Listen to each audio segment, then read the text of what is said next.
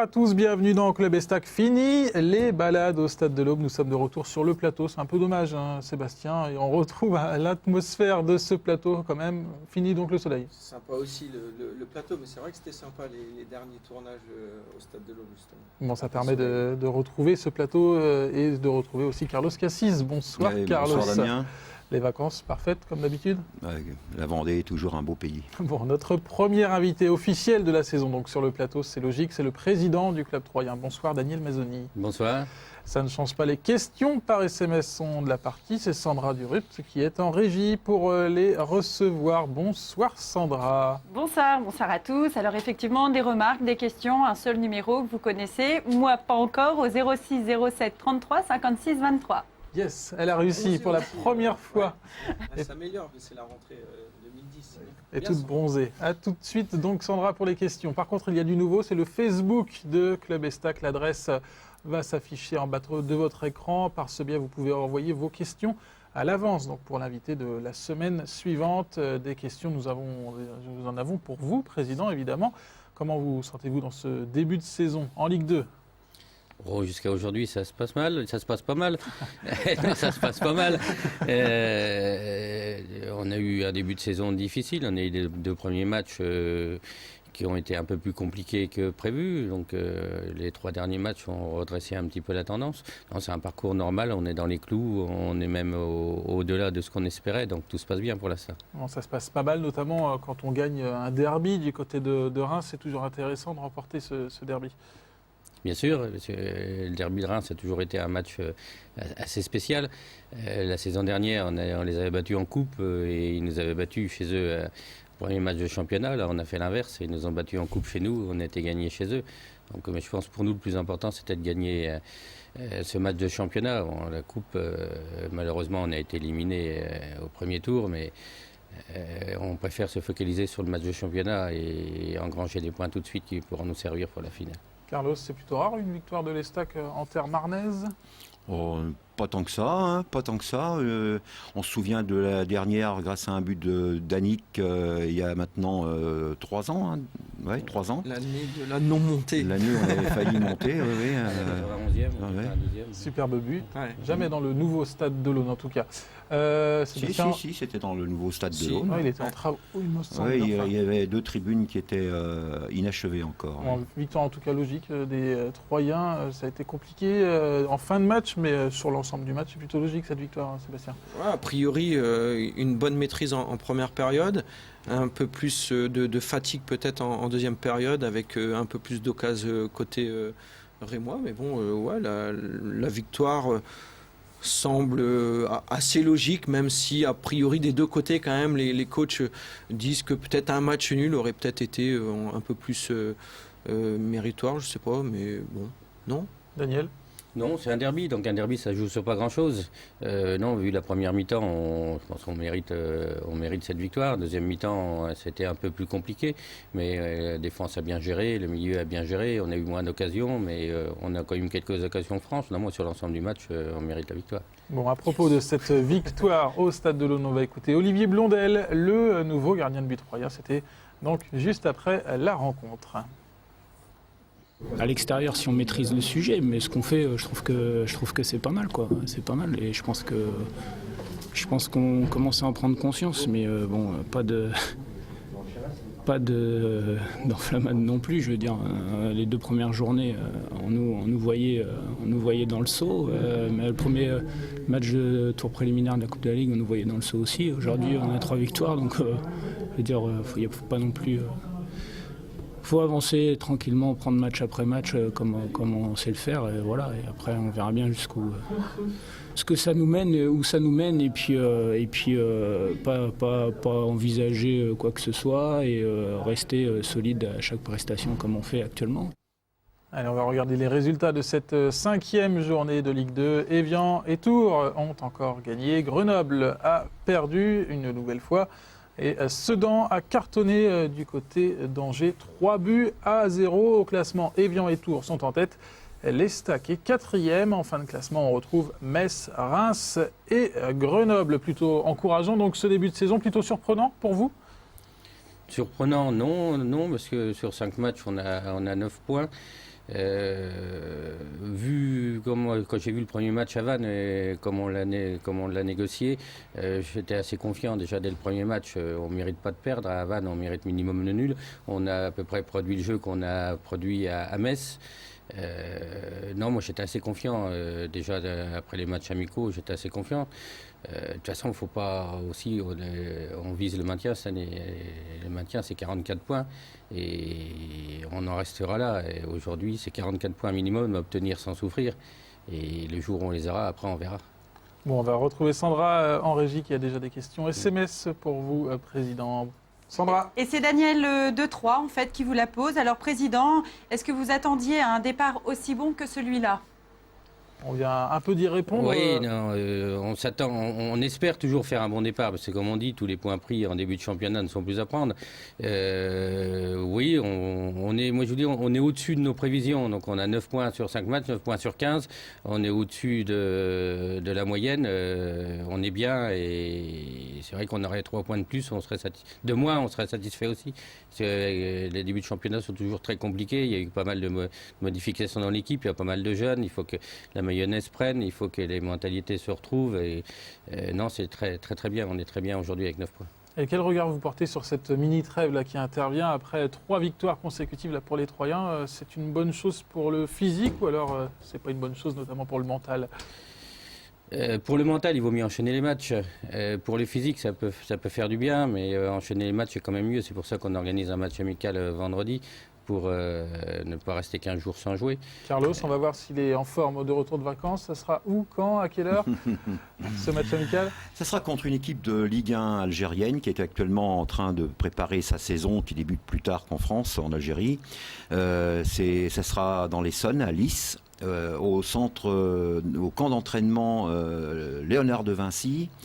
Ça sera contre l'USM Alger, 4e du dernier championnat d'Algérie. Et la température Et sera c'est à 17h. C'est à 17h. Alors, il y a par contre une petite restriction. Je dois en informer les téléspectateurs aujourd'hui. Ceux qui auraient l'intention de se déplacer vendredi dans l'Essonne, malheureusement, comme c'est dans un camp d'entraînement et sur un terrain privé, eh bien, le public ne pourra pas accéder et assister à la rencontre. En tout cas, elle sera utile, cette rencontre, notamment pour le physique des Troyens. Sébastien? Non, je voulais juste revenir sur cette mini-trêve, qu'on soit dans une phase, on va dire, positive comme l'est l'Estac actuellement.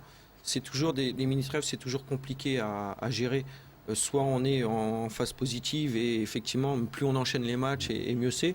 Mais à contrario, quand on est dans les phases négatives aussi, notamment suite à quelques défaites, on peut se permettre justement, durant cette mini-trêve, à essayer de retravailler certaines gammes.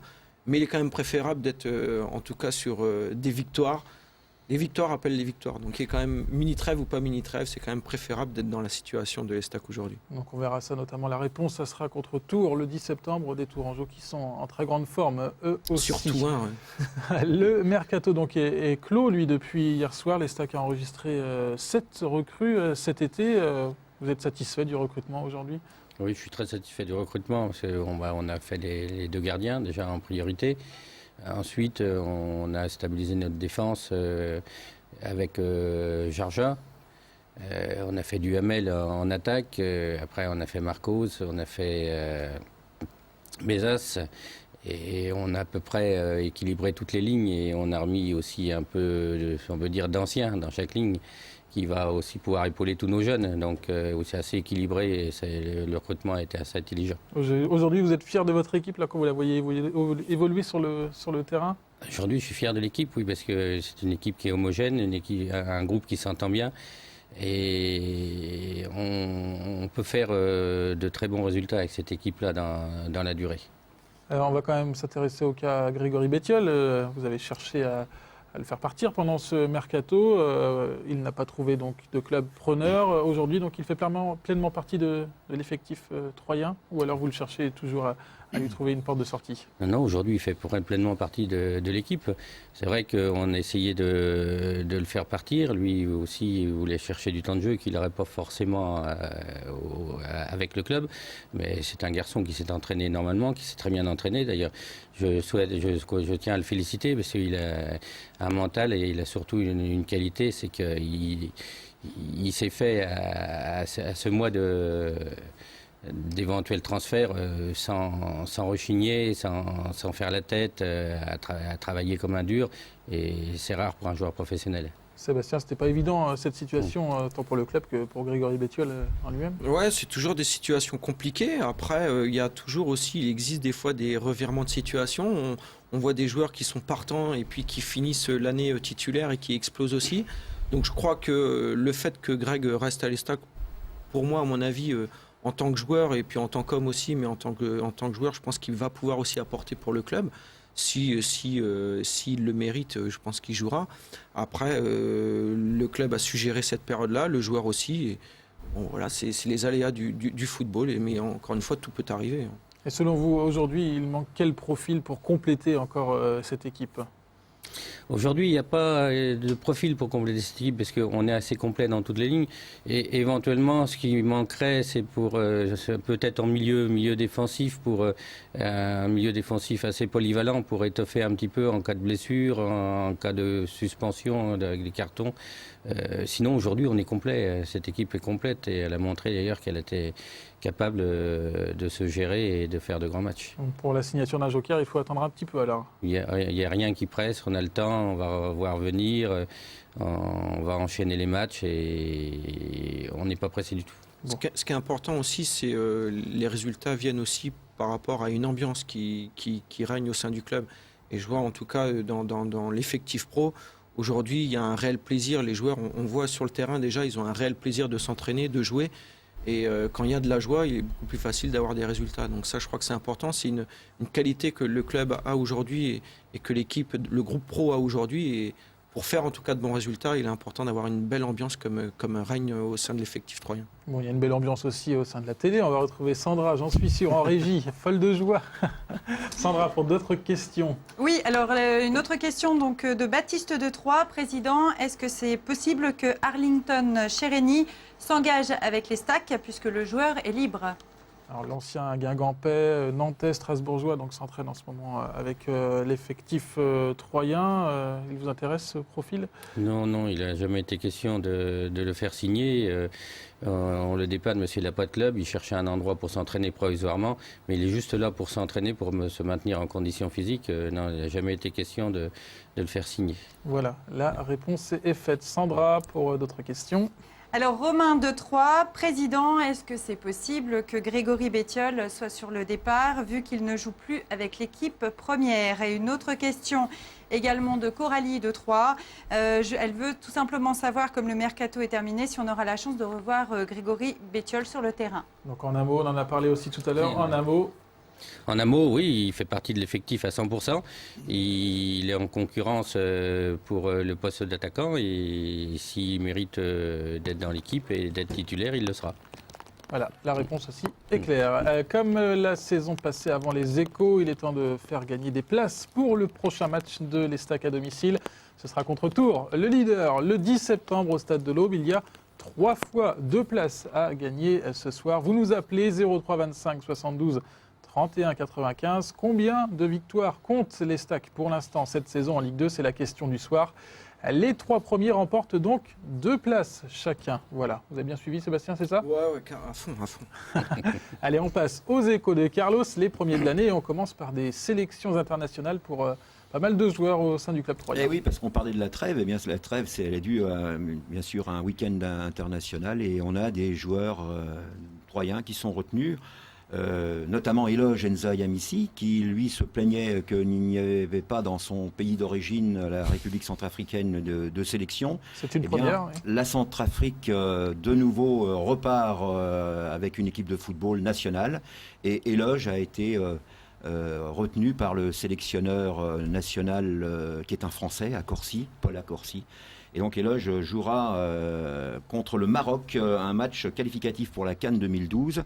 Ça sera le 3 septembre à Rabat. Un mot sur les autres sélectionnés très rapidement. Les autres sélectionnés, ce sont des jeunes. Sega Keita qui rejoint l'équipe des U19 de l'équipe de France, récemment sacré champion d'Europe, donc une belle équipe, pour disputer la Sendai Cup au Japon. C'est la 8e édition D'accord. et la Sendai Cup. Pour rencontrer le Japon le 9 septembre, la Chine le 11 et le Brésil le 12. Et puis Deux autres, très rapidement. Hakim Jebali, qui a 19 ans, qui joue avec la réserve, lui a été retenu par l'équipe olympique de Tunisie pour rencontrer le Maroc le 8 septembre. Et enfin, le jeune milieu de terrain de la réserve Youssouf Mchangama, lui est sélectionné avec les Açores. C'est pas mal ça, Président, pour faire connaître le club en dehors du département, en dehors de la France même. Bien sûr, on a quelques jeunes derrière qui attendent, qui poussent et qui ont énormément de talent. Et le centre de formation commence à sortir de bons joueurs et c'est ce qui va nous aider dans l'avenir. Il y a des jeunes joueurs, il y a aussi des joueurs beaucoup plus anciens, on peut dire, Carlos, qui seront de passage à 3 très prochainement. Oui, bon, ça c'est une information que je donne à tous les nostalgiques de l'époque du TAF. L'un des joueurs qui a marqué l'histoire du TAF dans les années 70, l'Argentin Juan Carlos Tribuc, un très bon technicien, un joueur qui régalait le public à cette époque-là, eh bien, vient comme touriste. Et vient comme touriste, oui, on le voit, c'est avec les moustaches, c'est la fameuse soirée du 6-0 contre Avignon. Donc, on va lui préparer un petit comité d'accueil, vraisemblablement dimanche. On n'a pas encore l'horaire, mais il sera au stade de l'Aube dimanche. Si on pouvait le conserver, bien sûr, jusqu'au 10, il pourrait donner le coup d'envoi. Mais bon, j'ai eu peur. Je pensais que vous vouliez le faire jouer, même au milieu de terrain. Non, il a 65 ans. Hein, il est loin de. Il a changé. Il a les cheveux blancs maintenant. Hein. Bon, Mais la technique, ça se perd pas. Carlos, un petit mot sur les abonnements. Ah oui, c'est très important parce que bon, les bons résultats de l'Estac font que les abonnements, la campagne d'abonnement se poursuit, mais elle ne va pas se poursuivre éternellement. Hein. Vraisemblablement, d'ici la fin de septembre, on y mettra un terme. Donc je voudrais inviter tous ceux qui ont longtemps hésité, ceux qui n'étaient plus abonnés la saison dernière en national, bien, de nous rejoindre parce que je pense on est parti pour dépasser les 5000 abonnés pour ce retour en Ligue 2. Donc la campagne d'abonnement redémarre à fond. Merci Carlos. Carlos que l'on peut désormais retrouver dans la nouvelle émission de Canal 32. Mon plus beau match, c'est présenté par David Mutel chaque semaine. Donc le mercredi à 18h40 en première diffusion. Un invité revient sur un match marquant de l'histoire du football troyen, avec donc la participation de Monsieur Cassis. Le voilà en image, c'était sur Estac Rosenberg, c'est ça? Ouais, 6-1. 6-0 même. La Coupe de l'UEFA d'une équipe troyenne. Merci Carlos. Il est temps pour nos téléspectateurs de remporter, pourquoi pas, un décodeur TNT. Sébastien, ça vous intéresse? Oui. Bon, le mot de passe ce soir, c'est 28. Vous nous appelez au 03 25 72 31 95, 28 comme 28 septembre, la date donc du passage au tout numérique. Oh la vache. Ah oui, 03 25 72 31 95, le premier à appeler le standard de Canal 32 avec donc ce mot de passe remporte ce décodeur TNT. Il y en a un à gagner tous les soirs. On aurait pu le montrer. Hein. Le voilà, ce décodeur avec notre charmante hôtesse. Allez, retour en 2010 avec Jean-Marc Furlan. On va quand même évoquer le nouveau coach troyen. Vous êtes satisfait au niveau du jeu qu'au niveau de l'ambiance dans le club avec ce retour de Jean-Marc Furlan? Je suis satisfait de Jean-Marc. On voit l'impact qu'il a apporté depuis qu'il a repris ses entraînements. Moi, je connaissais d'avant, c'était mon souhait de le faire revenir. Donc, je ne peux en être que satisfait. C'est pour moi un très bon entraîneur. Et un des meilleurs, qui n'aurait jamais dû quitter Troyes. D'ailleurs, j'ai jamais compris à l'époque pourquoi il n'avait pas continué. On n'en serait peut-être pas là aujourd'hui si Jean-Marc était resté, ça j'en suis persuadé. Donc oui, c'est un bon entraîneur. Les joueurs, on peut dire que les joueurs l'aiment.